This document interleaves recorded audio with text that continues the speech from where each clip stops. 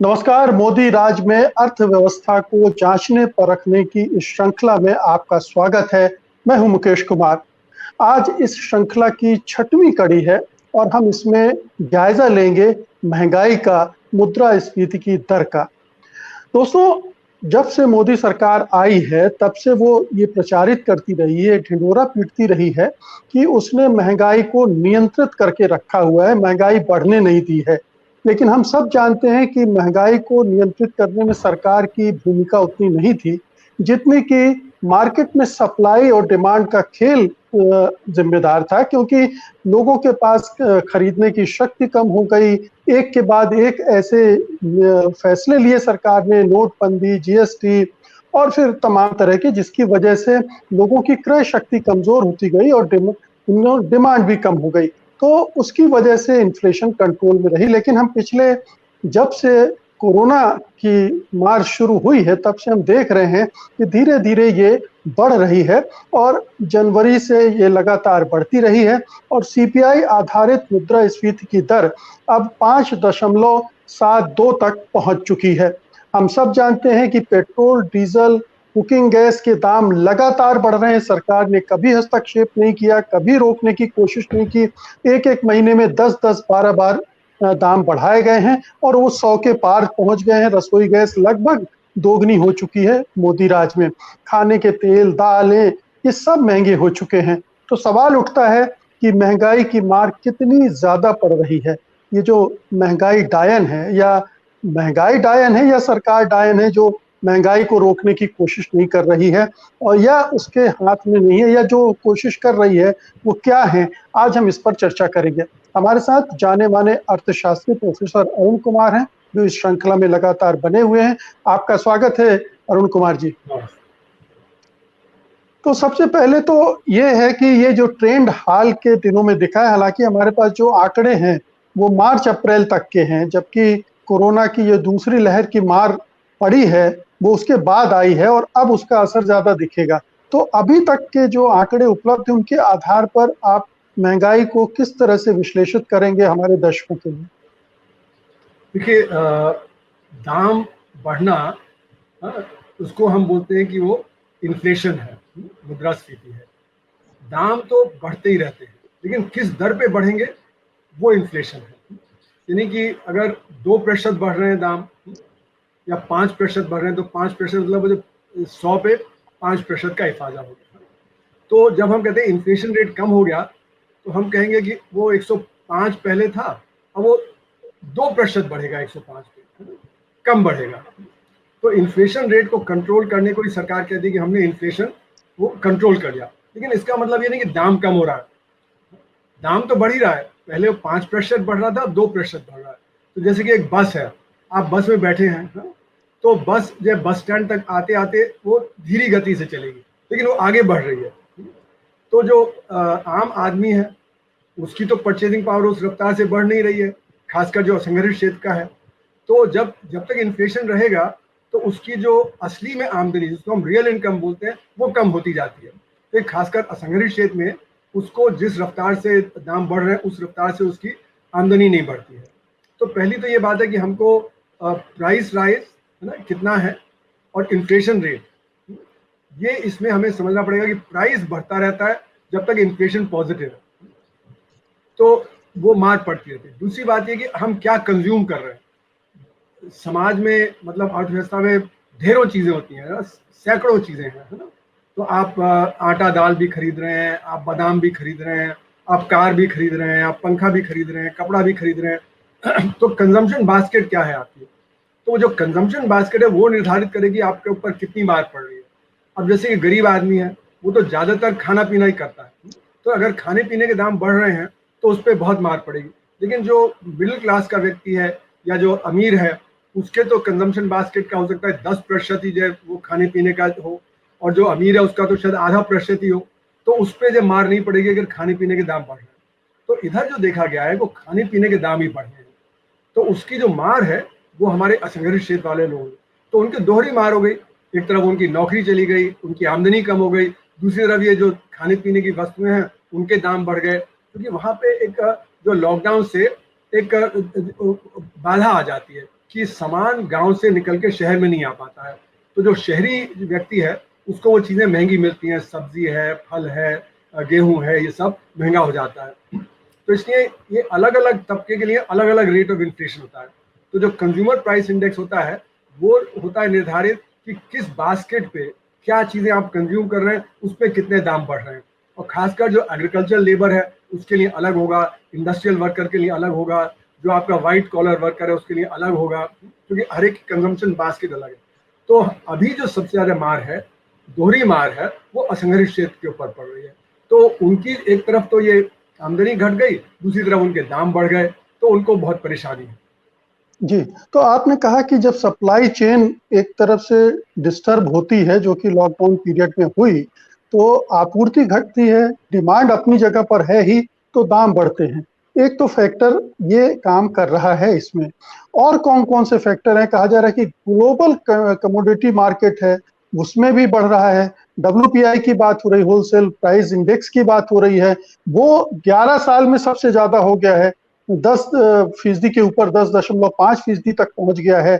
रुपए की कीमत जो गिरती जा रही है अंतरराष्ट्रीय बाजार में, उसकी वजह से जो संकुचन होता है वो इफेक्ट करता है। तो ये कौन कौन से फैक्टर हैं जो अभी महंगाई को बढ़ाने में योगदान कर रहे हैं? जो आपने बताया वो सभी फैक्टर्स इसमें हैं, पर मैं एक चीज़ कह दूं कि जो अभी डिमांड भी कम हो गई है, क्योंकि जब लोगों की नौकरी चली जाएगी, उनकी आमदनी कम हो जाएगी, तो डिमांड अब अर्थव्यवस्था में दो तरह के होते हैं चीज़ें। एक तो एग्रीकल्चर प्रोड्यूस है और एक नॉन एग्रीकल्चर प्रोड्यूस है। जो कृषि से चीज़ें आती हैं वहाँ पे अब जैसे कि जो किसान है वो 12 करोड़ हैं, तो वहाँ पे कोई मोनोपली नहीं है। तो वहाँ पे सप्लाई एंड डिमांड के आधार पे जो किसान को दाम मिलता है। लेकिन जब वो अर्बन मार्केट में आता है तो वहाँ पे कमी आ गई, क्योंकि जो सप्लाई बॉटलनेक हो गया, तो इसलिए वहाँ पे दाम बढ़ गया। तो वही सप्लाई एंड डिमांड से किसान को कम मिल रहा है, उधर अर्बन मार्केट में जो असंगठित क्षेत्र का व्यक्ति है उसको ज़्यादा दाम देना पड़ रहा है। दूसरा जो नॉन एग्रीकल्चर वाली चीज़ें हैं, जैसे कि आपका साबुन है, तेल है, इनको हम बोलते हैं मार्कअप प्राइसिंग है। इनमें मोनोपली होती है, तो वो मोनोपली से अपना दाम निश्चित कर लेते हैं। तो आपको एमआरपी मिलेगा कि ये मैक्सिमम रिटेल प्राइस इतना होना चाहिए, तो यानी कि प्रोडक्शन के पहले ही वो फिक्स हो जाता है।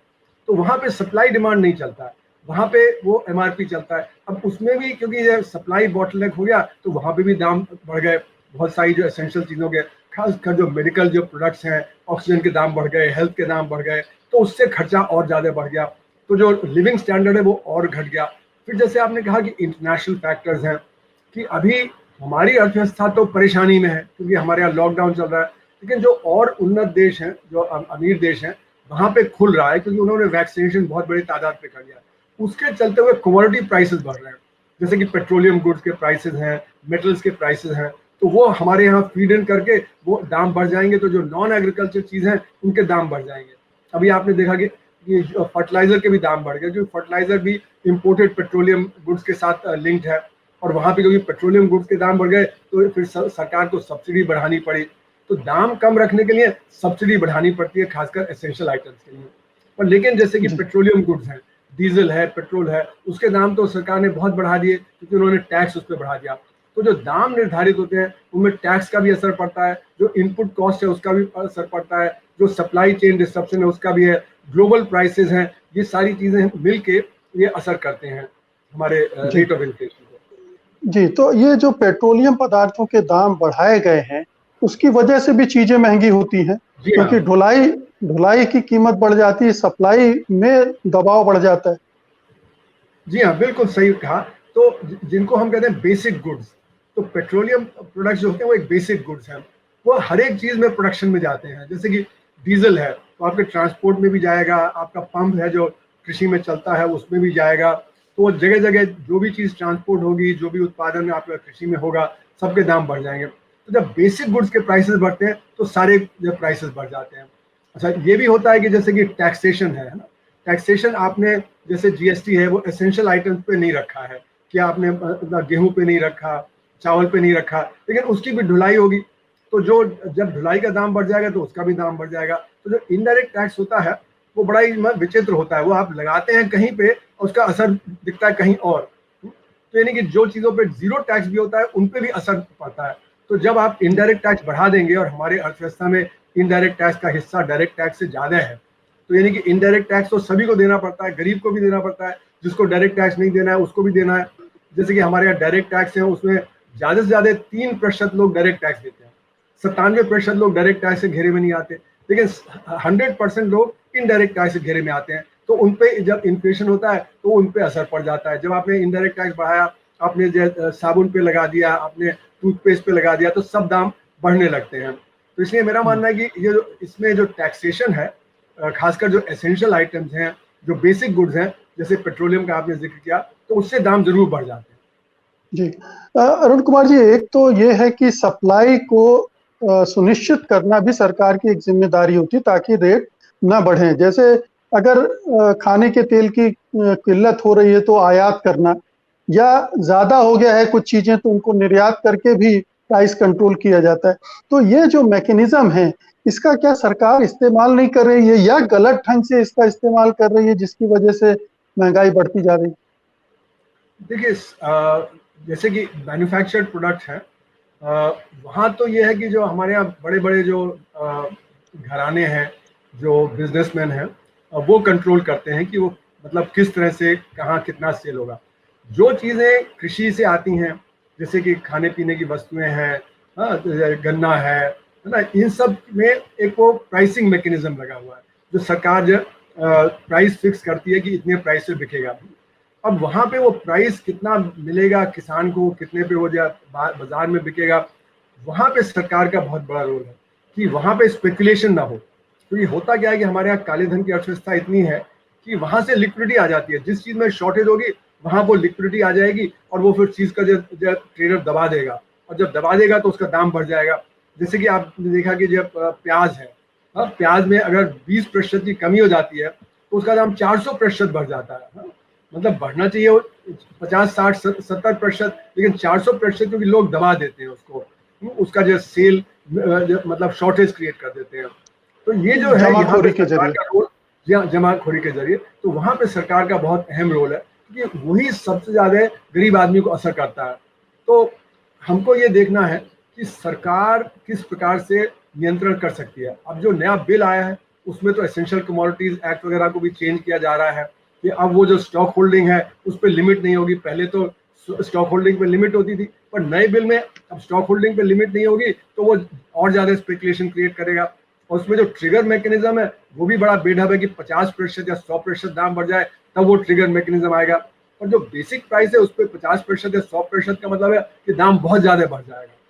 तो इसलिए ये मेरा मानना है कि सरकार का जो रोल होना चाहिए प्राइस कंट्रोल में, तो वो जो हमारी नई आर्थिक नीतियां आई उसमें है कि मार्केट मैकेनिज्म को सरकार को इंटरवीन नहीं करना चाहिए, मतलब कि जो दाम चल रहा है उसको चलने देना चाहिए। तो ये जो नई फिलॉसफी आई है 1991 से, उसके चलते हुए भी सरकार के हाथ बंद से गए हैं, वो अब कंट्रोल नहीं करना चाहती दामों को। जी, लेकिन रिजर्व बैंक का भी एक रोल रहता है इंटरेस्ट रेट को नियंत्रित करके, मुद्रा का प्रवाह नियंत्रित करके, अवेलेबिलिटी मुद्रा की बढ़ाकर या उसको रोक कर। तो ये हम देख रहे हैं कि कुछ अरसे से लगातार रिजर्व बैंक, चाहे वो यूपीए की सरकार हो, वहां भी ये काम कर रही थी। तो एक हद तक वो महंगाई को बढ़ने से रोकने की कोशिश भी करते रहे हैं, अभी भी करेंगे, अभी भी रिजर्व बैंक ये कर रहा है। वो कितना इफेक्टिव होता है? देखिए, रिजर्व बैंक का एक मैंडेट है कि वो एक प्राइस बैंड में रहे, है ना, मतलब जो इन्फ्लेशन है वो 4% के आसपास ही रहे, बैंड में रहे, है ना। तो उनका प्रिंसिपल टास्क वो है ना कि ग्रोथ को देखना, लेकिन जो उनकी नीतियां होती हैं उससे हमारे ग्रोथ पे भी असर पड़ता है। और खासकर पिछले 3 साल से तो ग्रोथ कम होती चली जा रही है। तो अब वो रिजर्व बैंक का एक रोल ये भी माना जा रहा है कि वो कितना ग्रोथ पे असर होगा। अच्छा, अब वो ये समझा जाता है कि अगर मनी सप्लाई कंट्रोल में रहेगी तो दाम कंट्रोल में रहेंगे, है ना। ये एक पुरानी फिलॉसफी है कि मॉनेटरिस्ट फिलॉसफी जिसको बोलते हैं, कि अगर हम मनी सप्लाई को कंट्रोल कर लेंगे तो वो मतलब प्राइसेस कंट्रोल में आ जाएंगे, क्योंकि जितना ज्यादा पैसा होगा उतना ज्यादा गुड्स को चेज करेगा और गुड्स उतने बढ़ेंगे नहीं तो प्राइस बढ़ जाएगा। लेकिन ये सही नहीं है, क्योंकि हमारे यहाँ जिस प्रकार का जो दाम बढ़ता है वो उस प्रकार का नहीं है जैसे कि और उन्नत देशों में है। वहां पे सब कुछ मनी सप्लाई से कंट्रोल जाता है, लेकिन हमारे यहाँ जैसे कृषि है जिसका हिस्सा हमारे दामों में बहुत ज्यादा होता है, अब वो तो निर्भर करता है कि हमारा जो मतलब सूखा पड़ा या जो मतलब बहुत अच्छी बारिश हुई, तो वो मुद्रास्फीति जो होती है वो मतलब इससे मनी सप्लाई से कंट्रोल नहीं होती है, जो उसमें जो दाम बढ़ते हैं जी वो और फैक्टर्स हैं उसमें, मतलब सप्लाई फैक्टर्स हैं वगैरह।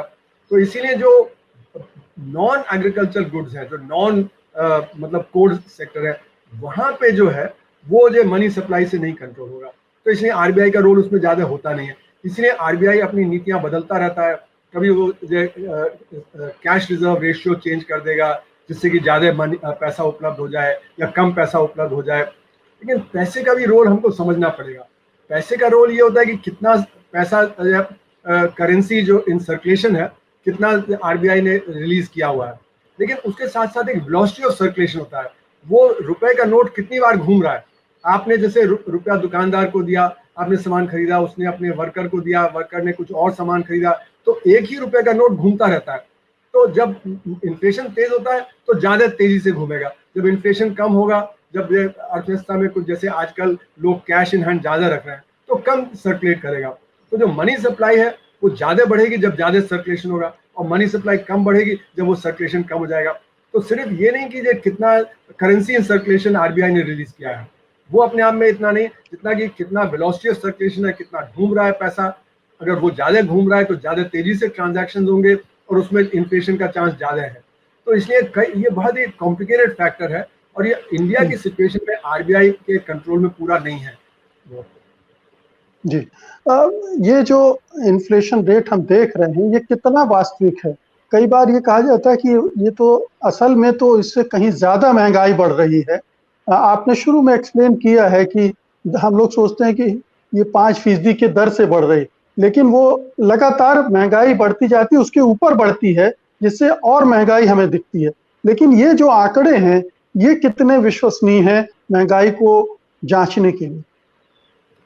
ये आपने सही कहा कि जो ये महंगाई के आंकड़े हैं उसमें जैसे मैंने कहा कंजम्पशन बास्केट पे निर्भर करता है कि आप किन किन चीज़ों को उस बास्केट में इंक्लूड कर रहे हैं। आप मतलब तब जो है एवरेज उनका निकाल के कितना इन्फ्लेशन है। जैसे कि अगर फूड प्रोडक्ट्स हैं उनका 50% हिस्सा है, बाकी लाइट है ना, आपका हाउसिंग है, फिर मिसलेनियस गुड्स है। अब यहाँ पे समस्या ये आती है कि हमारे अर्थव्यवस्था में अब 60% सर्विसेज है और 40% है इंडस्ट्रियल और एग्रीकल्चर गुड्स। और लेकिन जो हमारा सीपीआई है, जो कंज्यूमर प्राइस इंडेक्स है, उसमें जो सर्विसेज का हिस्सा है वो करीब 35% ही है। तो 60% रिप्रेजेंटेशन न हो गया, 35% है। और जहाँ पे जो मतलब बाकी जो एग्रीकल्चर गुड्स और जो इंडस्ट्रियल गुड्स हैं उनका रिप्रेजेंटेशन करीब 65% है, जबकि उनका हिस्सा जीडीपी में सिर्फ 40% है। तो एक मिसमैच है उसमें। तो जैसे कि अगर आपके मतलब हालांकि हेल्थ और जो एजुकेशन अब इंक्लूड करने लगे हैं, लेकिन स्कूल की फीस बढ़ गई है और उसका रिप्रेजेंटेशन ठीक नहीं है तो वो ठीक से आएगा नहीं। आपका टेलीफोन का चार्ज बढ़ गया है तो लेकिन उसका रिप्रेजेंटेशन अगर वहाँ ठीक नहीं है तो ठीक से इंक्लूड नहीं होगा। उसी तरह जैसे कि अभी इस दौरान में हेल्थ पे खर्चा बहुत ज्यादा बढ़ गया है क्योंकि सब चीज़ों के दाम बढ़ गए हैं, चाहे वो इंजेक्शन हो चाहे बाकी हो, तो कंज्यूमर बास्केट बदल गई। तो इसीलिए इस समय तो हमें हेल्थ का और जो ज्यादा वेट बढ़ा देना चाहिए। तो जो कंज्यूमर बास्केट है ना उस पर निर्भर करता है कि वो कितनी है, और वहाँ पे प्रॉब्लम है कि हमारी जो कंज्यूमर बास्केट है वो मतलब सही नहीं है, वहाँ पे बहुत सारी कमजोरियां हैं और इसीलिए पूरी तरह से इन्फ्लेशन दिखता नहीं है। तो बीच में सरकार जैसे कहती थी कि इन्फ्लेशन रेट कम हो रहा है, पब्लिक को लगता था कि इन्फ्लेशन रेट बढ़ रहा है, तो ये सर्विसेज के दाम बहुत बढ़ते चले गए। आपका बैंक का चार्ज बढ़ गया, टेलीफोन का चार्ज बढ़ गया वगैरह, और ये सब इंक्लूड नहीं हो रहे हैं उसमें। तो इसलिए ये भी है। दूसरा ये होता है कि हम अपना जो कंजम्पशन देखते हैं कुछ चीज़ों के हिसाब से।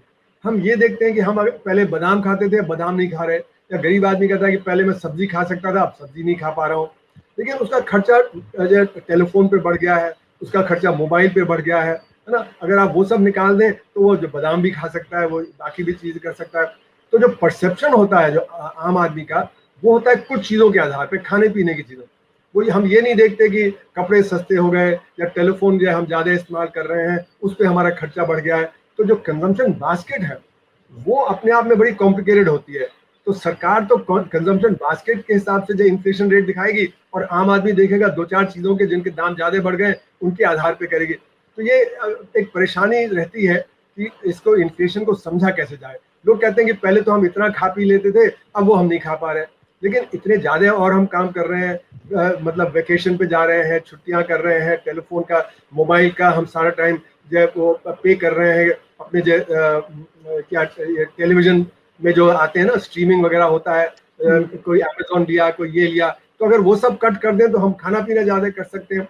तो ये परसेप्शन की भी बात होती है।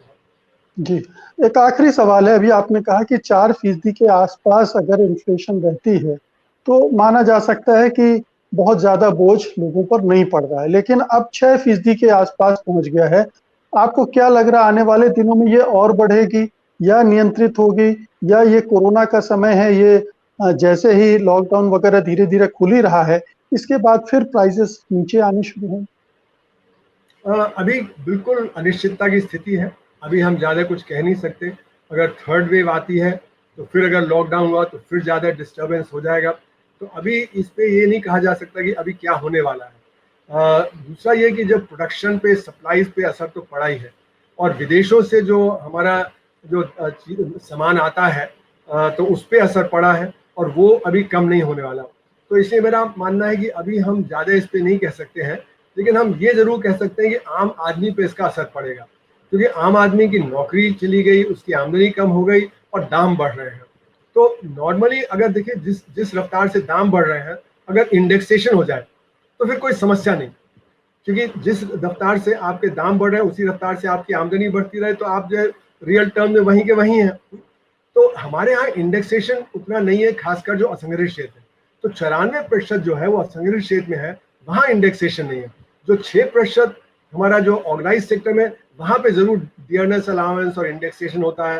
तो जो इंडस्ट्रियल वर्कर्स हैं, जो सरकारी मुलाजिम हैं, उनकी तनख्वाह बढ़ जाती है, लेकिन असली मार हमारे असंगठित क्षेत्र पे पड़ती है, क्योंकि वहीं पे तो हमारे यहाँ इसलिए 10% इन्फ्लेशन बहुत होता है, क्योंकि जो 94% है उनकी आमदनी गिरने लगती है, जबकि जो उन्नत देश है वहां पे अगर 10% हो जाए पर इंडेक्सेशन है तो उनको कोई ज्यादा फर्क नहीं पड़ता। तो आपने देखा कि ब्राजील में 100-200% भी दाम बढ़ जाते थे, पोलैंड वगैरह में एक समय था जबकि 5000% भी दाम बढ़ जाते थे। तो वहां पे क्योंकि इंडेक्सेशन की वजह से उसका इतना असर नहीं पड़ता था। तो हमारे यहाँ असंगठित क्षेत्र के होने की वजह से 5% भी बहुत है, और 6% इस समय जबकि जो असंगठित क्षेत्र में बहुत परेशानी है, बहुत ज्यादा है। तो इसलिए हमें खासकर इस पे दामों की तरफ बहुत ध्यान देना पड़ेगा। जी, तो एक बहुत बड़ी चिंता का विषय है कि जो इन्फ्लेशन रेट अभी है, वो एक खतरनाक स्तर पर पहुंच चुका है। हम सिर्फ इस तरह से नहीं देख सकते हैं कि ये 6% है। हमें इस तरह से भी देखना चाहिए कि लोगों की आमदनी कितनी गिर गई है और उनकी जो क्रय शक्ति में गिरावट आई है, उसके मुकाबले ये बहुत भारी है। अगर क्रय शक्ति बढ़ती रहती, कमाई बढ़ती रहती, तो अगर 7-8% भी होती, तब भी उतनी चिंता हम शायद न करते। चिंता तो करते, क्योंकि 4-5% से ऊपर जाना भी इन्फ्लेशन एक चिंता का विषय है। तो बहुत-बहुत शुक्रिया प्रोफेसर अरुण कुमार, आपने बहुत अच्छे से इन्फ्लेशन को समझाया। और मैं अपने दर्शकों को बता दूं कि हम सोमवार को फिर मिलेंगे इस श्रृंखला की अगली कड़ी के लिए, और उसमें चर्चा करेंगे कि किस तरह से इस मोदी राज में टैक्सों की वजह से जो विसंगतियां पैदा हुई हैं, वो जो टैक्सेशन पॉलिसी उसकी रही है, उनके कारण जो बोझ बढ़ा है आम आदमी पर, वो किस तरह से बढ़ा है, इस पर चर्चा करेंगे। तो सोमवार को भी हमारे साथ रहिएगा। बहुत-बहुत शुक्रिया अरुण कुमार जी। नमस्कार। सत्य हिंदी का ऐप डाउनलोड करें गूगल प्ले स्टोर पर।